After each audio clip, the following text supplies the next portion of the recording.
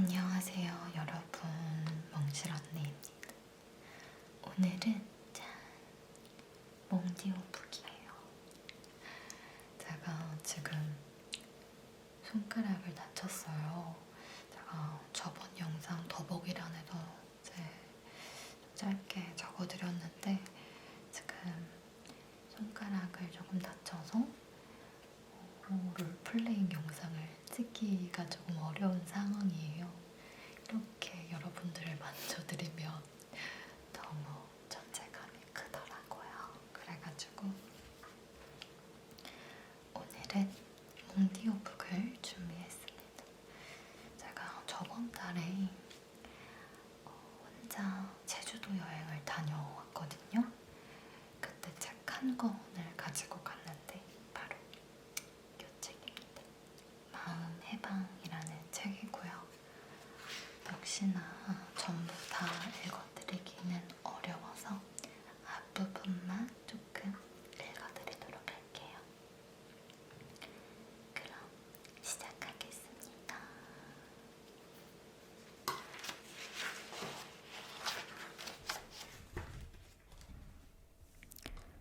나는 나를 용서하기로 했다.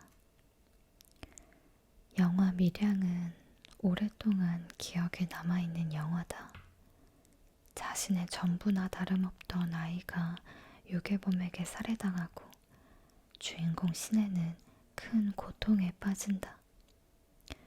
이후 괴로움을 견딜 수 없어 신앙생활을 시작한 그녀는 원수를 용서하고 사랑하라는 하나님의 말씀을 실행하기로 결심하고 교도소에 있는 유괴살해범 도섭을 면접한다.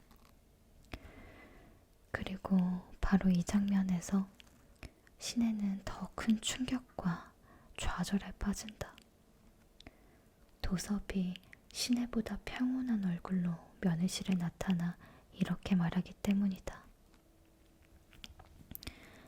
하나님이 이 죄 많은 놈의 죄를 용서해 주셔서 그 후로 마음의 평화를 얻었습니다. 신혜는 비참함과 절망 속에서 울부짖으며 절규한다. 그 사람은 이미 용서를 받았대요. 그런데 내가 어떻게 다시 그 사람을 용서하냐고요. 겨우겨우 버티던 신혜는 급속도로 무너지고 급기야 자살 시도를 해 정신병원에 입원까지 하게 된다. 피해를 입은 사람이 용서하지 않았는데 셀프로 용서하고 셀프로 구원받았다고 말하는 가해자의 모습을 보고 분노하고 황망해하지 않은 사람은 없을 것이다.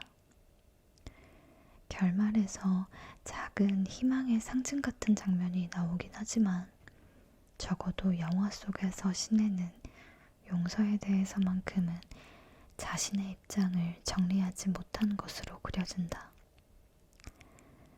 영화의 주제의식이 깊었던 만큼 여러 해석이 있을진데 나는 이 영화를 용서의 참된 의미는 무엇인가를 묻는 것으로 보았다. 용서는 사실 누구에게나 어렵다. 명백히 나에게 해를 끼친 사람에게 그런 마음을 낸다는 것은 예수나 붓다 수준으로 성인의 반열에 이른 사람에게나 가능한 것 아니냐고 반문할 수도 있다. 더욱이 성경과 불경에 등장하는 용서의 장면들이 현대사회를 살아가는 우리에게는 그다지 납득하기 어려운 모습이기도 하다. 예수는 오른뺨을 맞으면 왼뺨도 내어주라고 말했고 붓다는 도둑들이 톱으로 자신을 잘라 죽일 때라도 분노심을 품으면 안 된다고 했다. 심지어 붓다를 따르던 제자들은 박해를 받아 불에 타 죽으면서도 마지막 순간까지 자비수행을 이어갔다고 하니 이런 것이 용서라면 차라리 그것을 하지 않는 편이 유리하게 느껴지기까지 한다. 2016년 가을, 인도의 명상학교에 갔을 때도 마찬가지였다. 마음의 고통을 해결하기 위해 비싼 비용을 내고 먼 인도까지 온 이들이 모인 그곳에서조차 용서는 받아들이기 쉽지 않은 주제였다. 다른 주제들을 다룰 때에는 평온함과 기쁨으로 모든 내용을 순종적으로 받아들이던 사람들이 용서에 대한 강의는 받아들이기 힘들어했다. 용서하고 싶지 않다. 상처 입은 것도 억울한데 용서까지 해야 하나? 라는 질문이 쏟아졌다. 불만족스러운 표정들과 날이 서 있는 질문들 속에서 나 역시 혼란스러움을 느꼈다. 그러니까 잘못한 건 내가 아닌데 왜 내가 이런 노력까지 해야 하냐고. 그건 너무 공평하지 않잖아. 마음속에서 이런 말들이 끊임없이 일어나 용서라는 주제를 나 역시 온몸으로 저항하고 있다는 것을 알 수 있었다. 그리고 그럴 때마다 내가 도저히 잊지 못하고 있던 내 인생의 사건과 내면 깊숙이 자리한 상처 같은 것들도 더 선명하게 느껴졌다. 명상학교에 머무는 동안 수업을 듣고 또 명상을 하며 정말 많이 울었고 그 과정에서 많은 문제들로부터 해방되고 가벼워졌다는 느낌이 들었지만 용서는 나에게 버거운 주제였다. 그래서였을까? 한동안은 이것을 굳이 다시 꺼내어 고민하거나 들여다보지 않았다. 정확히 표현하자면 회피했다고 해야 할 거다. 가끔씩 불쑥불쑥 내가 용서할 수 없는 일들이 머릿속을 스쳐 지나갔지만 그 문제를 진지하게 돌아보고 싶지 않았다. 그때 저한테 왜 그랬어요? 내가 너한테 얼마나 잘해줬는데 어떻게 그럴 수 있어? 이런 말들이 떠오르는 것에 대해 어떤 대비책도 갖고 있지 않았기 때문에 그냥 그 일이 없던 것처럼 바쁘게 살면 되지 않을까 생각했던 것 같기도 하다. 다음 해인 2017년 여름, 갑자기 한 사람과 연애를 시작하게 됐다. 너무도 매력적인 외모에 화려한 언변을 가졌던 그에게 나는 순식간에 빠져들었다. 사는 곳이 멀었지만 그의 적극적인 대시로 거리는 조금도 장애가 되지 않았다. 보고 싶다고 말하면 그는 바로 다음 날 점심에 돌아가야 하는 상황임에도 밤새 수백 킬로미터를 달려와 주었다. 오랫동안 비어있던 마음이 누군가로 가득 차는 경험이 너무 짜릿해. 나는 이것이 내 인생 마지막 사랑이 되기를 수도 없이 꿈꾸었다. 석 달 뒤 그의 여자친구라는 사람에게서 언니가 만나고 있는 그 남자는 내 남자친구예요 라는 연락을 받기 전까지는 그는 처음엔 펄쩍 뛰며 결백을 주장했다. 그녀가 한때 연인이었던 것은 맞지만 헤어지자고 했는데도 받아들이지 않고 매달리고 있는 거라고 했다.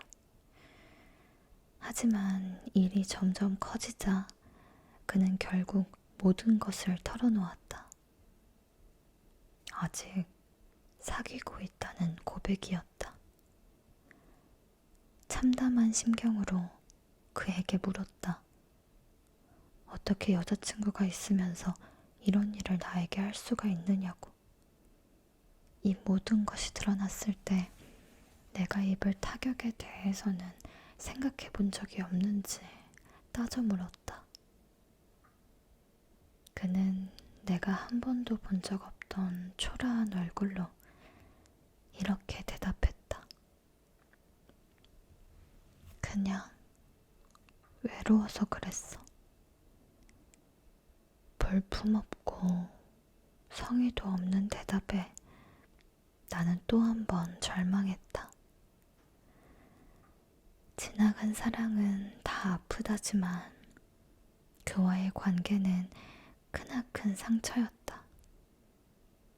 사귀다가 마음이 변하는 일까지는 어쩔 수 없는 일이라지만 애인이 있으면서도 나에게 접근한 것은 차원이 다른 이야기였다. 내가 좋아하고 갈망했던 그와의 모든 순간에 그는 단 1초도 내게 진실한 적 없었다는 사실을 받아들이기가 너무 힘들었다. 나에겐 사랑이었지만 그에게는 바람일 뿐이었던 3개월이라는 시간이 모두 끝난 후 나는 영원히 이 남자를 용서하지 않으리라 다짐했다. 그런데 용서하지 않겠다고 다짐하니 용서할 수 없는 사람이 더 늘어났다. 그에게 연인이 있다는 걸 알면서도 천연덕스럽게 연애를 축하한다며 같이 밥을 먹었던 그의 절친한 친구들에게도 분노의 마음이 일었다. 거짓으로 가득한 사람 하나 알아보지 못한 나 자신도 용서할 수 없었다. 3년이란 시간이 지나도록 그에 대한 내 분노는 희미해지지 않았다. 짧은 시간이지만 그를 너무 많이 사랑해서였을 수도 있다. 비록 진실된 만남은 아니었지만 누구보다도 대화가 잘 통했던 그와의 빛나는 순간들 때문일지도 모르겠다. 이후로도 가끔씩 뜬금없이 걸려오던 그의 전화에 어리석게도 어떤 희망을 품고 나는 그에 대한 그리움과 분노 사이에 어딘가를 헤매며 3년 동안 복잡한 마음을 버리지 못했다. 가끔 인도에서의 명상학교 수업이 떠오르기도 했다. 내가 그때 그곳에서 용서에 대한 내 어리석음을 해결하고 돌아왔다면 지금쯤 이 문제가 더 이상 나를 붙잡지 않았을까? 나는 몹시도 괴로웠다. 미뤄둔 과제 때문에 이렇게 오랜 시간 내가 고통받고 있다니. 내 인생에 남은 행운이 있다면 부디 이 마음의 고통을 줄이는데 그것이 나타나 주기만을 염원했다. 그러던 어느 날 서점에서 우연히 눈에 띄어 집어들고 온 책 한 권을 잠깐 읽을 마음으로 별 생각 없이 펼쳤고 몇 장 읽다가 나를 일순 멈추게 한 그 페이지에서 나는 알아버렸다. 이것이 바로 그 순간이구나 하는 것을. 내 오랜 고통이 끝나는 순간, 내 오랜 분노가 빛을 잃는 순간이라는 것을. 시련과 파산은 슬픈 일이지만 두려운 일은 아니다. 당신은 여전히 살아있고 당신의 육체와 영혼은 건재하다. 생각해보라. 애인이 떠나거나 재산이 사라졌다면 애초 그건 당신의 것이 아니었다는 뜻이다. 원래 당신 것이 아니었으므로 잃어도 상관없다. 중요한 건 멈추어 서서 가만히 생각해 보는 것이다. 정말로 당신 것이었으면 떠나지도 않고 잃어버리지도 않았을 것이다. 세상에서 절대로 잃어버리지 않는 건 바로 당신 자신이라는 것을 안다면 세상의 득실에 연연해하지 않을 수 있을 것이다. 이 짧은 구절을 읽는데 속절없이 눈물이 흘렀다. 왜 내가 이토록 그를 미워함과 동시에 그리워하고 있었는지. 그 마음을 꿰뚫는 것 같은 구절 앞에서 지난 3년의 답답했던 시간이 주마등처럼 스쳐갔다. 너무 사랑했지만 너무 미웠던 그 사람을 용서하지 못했던 것은 그가 내게 한 짓 때문이 아니었다. 내가 그에게 여전히 소유권을 주장하고 있었기 때문이었다. 그를 너무 좋아한 나머지 나는 그를 내 것이라고 여겼다. 그의 거짓이 드러난 뒤에도 그가 나의 것이라는 생각이 너무 강했던 나머지 상황을 온전히 볼 수가 없었다. 수시로 내가 선택한 사람에 대한 실망으로 분노했고 그 와중에도 마음 한편에서는 그가 더는 나의 사람이 아니라는 점에 분노가 올라왔다. 여러 겹으로 중첩된 분노는 사실상 내가 이 관계를 내 것이라 여기고 내 소유물로 여겼기 때문이었음을 그 순간 깨닫게 됐다. 나는 바닥에 주저앉아 엉엉 울었다. 지나온 나의 모든 관계들도 강렬한 소유욕에 뿌리를 두고 있었다는 것을 알았기 때문이다. 가질 수 없고 가진 적 없는 것을 가졌다 착각했기에 나는 얼마나 많이 분노했고 상실감에 아파했는가. 그리고 그 분노와 상실감은 얼마나 나를 한자리에 묶어놓았을까. 내 인생에 참으로 미안해졌다. 하지만 또한 내 인생에 감사하게 되었다. 3년간 정말 힘들었지만 그 기간 동안 나는 마음속으로 이 괴로움으로부터 해방되기를 강렬히 염원했고 그 염원이 나로 하여금 용서에 다다르는 경전의 문구로 인도했을 것이기 때문이다. 팽팽하던 끈이 탁 하고 끊어질 수 있었던 건 오랫동안 그 끈에 힘이 가해졌던 까닭이겠지. 용서란 쉽지 않다. 이 정도면 거의 용서했다고 생각되는 그 순간의 용서조차도 100%가 아닐 수도 있다.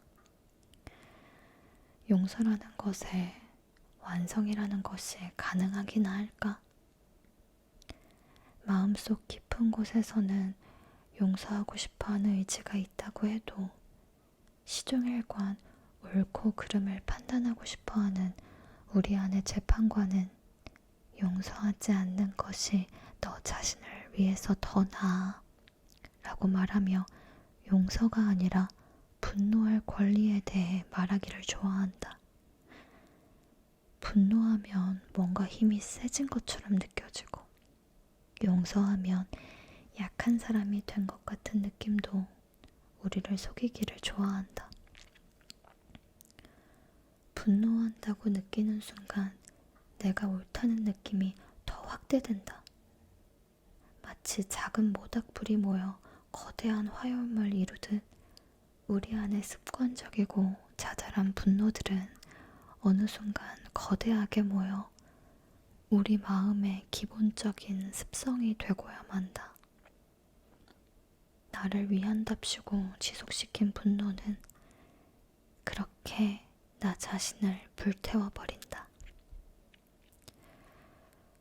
그 어떤 상대에 대한 분노라도 결국 그것을 가장 먼저 경험하는 이는 나 자신이라는 점을 기억해두지 않으면 안 된다.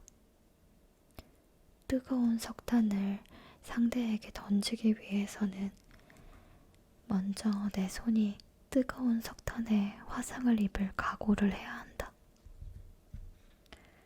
붓다는 신업, 구업, 의업이라 하여 몸으로도 입으로도 하물며 생각으로도 부정한 것을 일으키지 말라고 했다. 나에게 해를 끼친 그 사람이 망했으면, 나를 배신한 그 사람이 고통받았으면 하는 생각조차도 하지 말라는 것이다. 스트레스로 가득 차 있고 언제든 쉽게 분노할 준비가 되어 있는 우리에게 이러한 권유는 아무것도 느끼지 말고 생각도 하지 말라는 것인가? 라는 억울함을 불러일으키기도 하는 것 같다.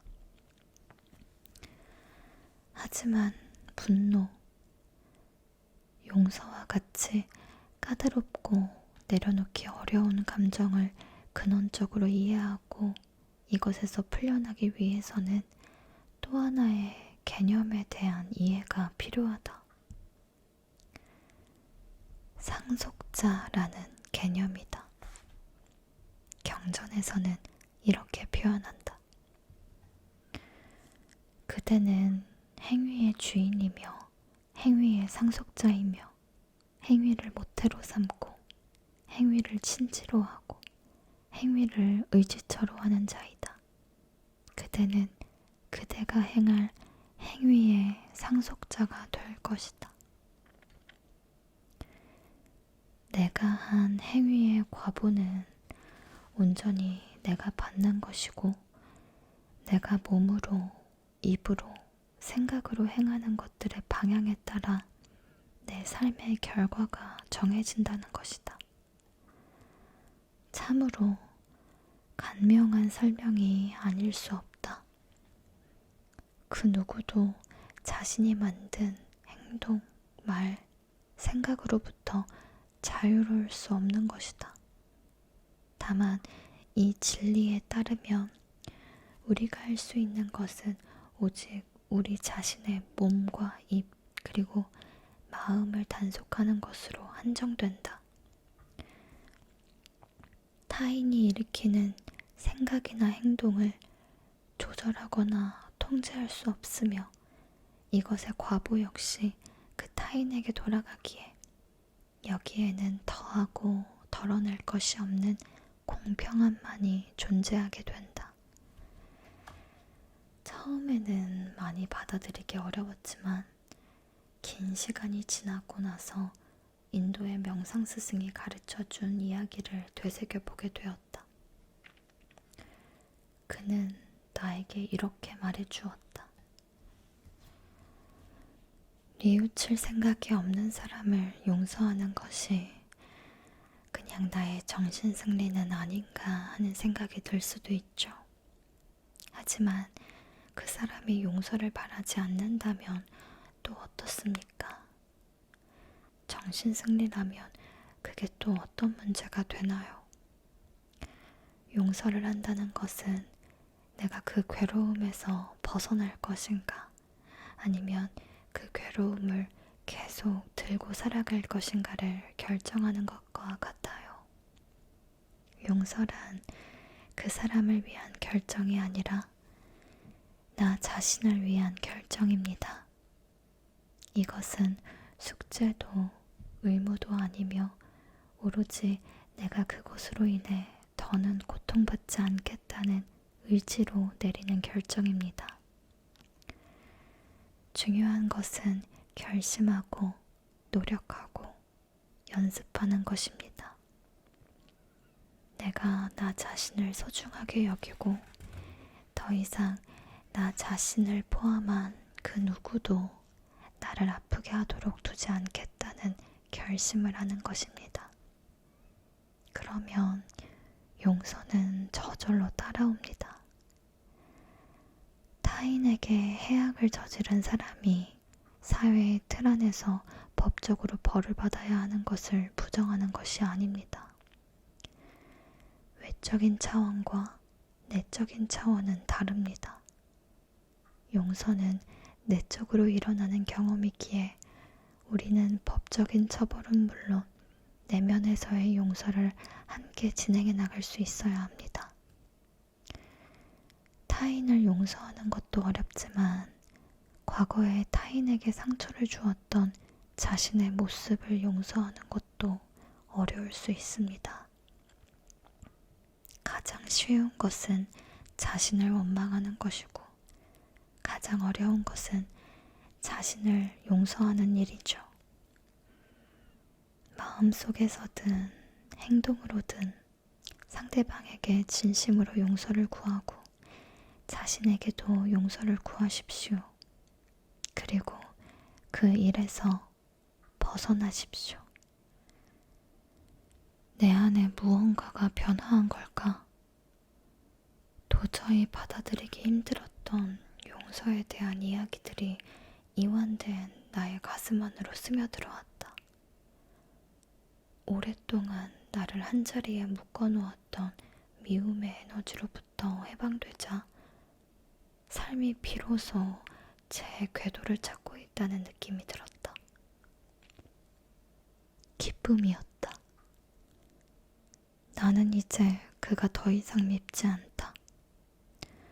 오래전 나를 고통에 빠져들게 한 그 사람과의 만남을 통해 비록 상처는 입었지만 용서에 대한 나의 오랜 숙제를 비로소 해결할 수 있었고 그로 인해 내가 염원하던 평온을 찾았기 때문이다.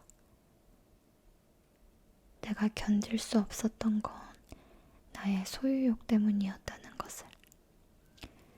타인의 잘못된 행동에 따른 과업은 그 자신에게 돌아가리라는 것을 그때 나는 알지 못했다. 알지 못했기에 힘들었지만 이제라도 알았으니 후회도 억울함도 없다. 진정한 용서란 무엇일까? 힘들었던 기억을 모두 잊고 긍정적인 마음으로 새 출발을 하는 것일까? 잘못한 일에 대하여 꾸짖지 않고 그저 덮어주는 마음인 걸까? 내게 있어 진정한 용서는 연민에 가까운 마음이다. 나에게 상처를 준 사람을 나와 다를 바 없는 한 명의 인간으로 바라보고 그의 행위와 과보 안에 숨겨진 고통을 있는 그대로 바라볼 수 있는 마음의 힘이다. 그 사람을 미워하고 그로 인해 분노하는 내 마음의 고통을 있는 그대로 바라보려고 하는 마음의 용기이다. 연민의 힘을 통해 우리는 우리의 고통에 더 많은 불쏘시개를 제공하는 식의 자기 자신을 망치는 선택을 줄여나가게 되며 나아가 삶을 뒤로 물러나게 하는 다양한 내면의 족쇄로부터 풀려날 실마리를 얻게 된다. 누군가에게 상처를 주고 또 받은 사실이 당신의 기억에서 사라지지 않고 여전히 남아있더라도 오직 그 사실 이외에는 다른 아무것도 남기지 않는 것. 사실만 남기고 움켜쥔 손에서 모든 것을 떠나보내는 것. 이것이 바로 용서의 본질적 의미일 것이다. 우리는 그저 고통에 몸부림치고 있을 뿐 나에게 큰 상처를 남긴 그 사람도 그저 외로움이라는 고통에 빠져 몸부림치던 존재라는 것을 깊은 차원에서 깨닫고 나자 더 이상 미워할 대상이 없다는 것을 깨닫게 됐다. 이제 더는 내가 너를 미워할 어떤 이유도 남아있지 않구나. 오랜 염원이 해결되자 내 삶은 그 순간부터 완전히 가벼워졌다. 목숨 같은 아이를 범죄자의 손에 잃고 온몸으로 울부짖던 시내는 범인을 결국 용서했을까? 용서에 대해서 잘 알지는 못했지만 용서하지 않는다면 결국 자신이 버티지 못할 것임을 알았던 시내는 분명 현명한 사람이었다. 다만 우리는 우리가 만든 업의 상속자라는 것을 이해했다면 살인자의 과보는 온전히 살인자인 그가 받는 것임을 이해했다면 자기 자신을 망가뜨려 흠집을 내려는 자해만큼은 멈출 수 있지 않았을까? 손에 쥐고 있던 뜨거운 석탄을 내려놓는 것은 시내에게 그 누구에게도 쉬운 일은 아니겠지만 그런 식으로는 자신의 삶이 지속될 수 없다는 것을 깨닫는 순간도 너무 늦지 않게 와야만 한다. 인생의 모든 불행은 어쩌면 우리 스스로 자신을 용서하는 계기를 마련해 주기 위해 우리 삶에 나타나는 것은 아닐까?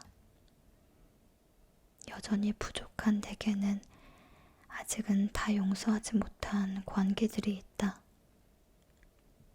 영화 속 시내가 달리 있는 것이 아니라 그녀의 모습에서 나를 본다. 우리를 본다. 이 세상의 모든 시내들이 부디 자신을 해방시키기 바란다.